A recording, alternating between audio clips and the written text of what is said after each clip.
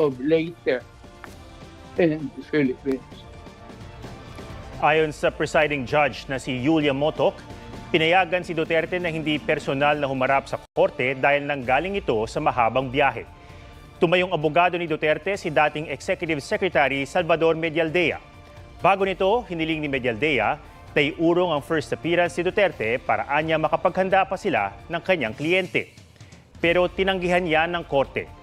Nagsalita rin si Medialdea tungkol sa anyay pang-aabusong nangyari sa pagkakaaresto kay Duterte na sinabi niyang abducted from his own country.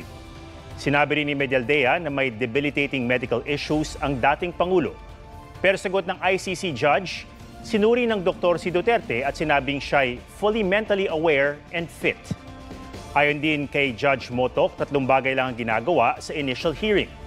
Ang pagpapakita kay Duterte ng mga reklamong kinakaharap niya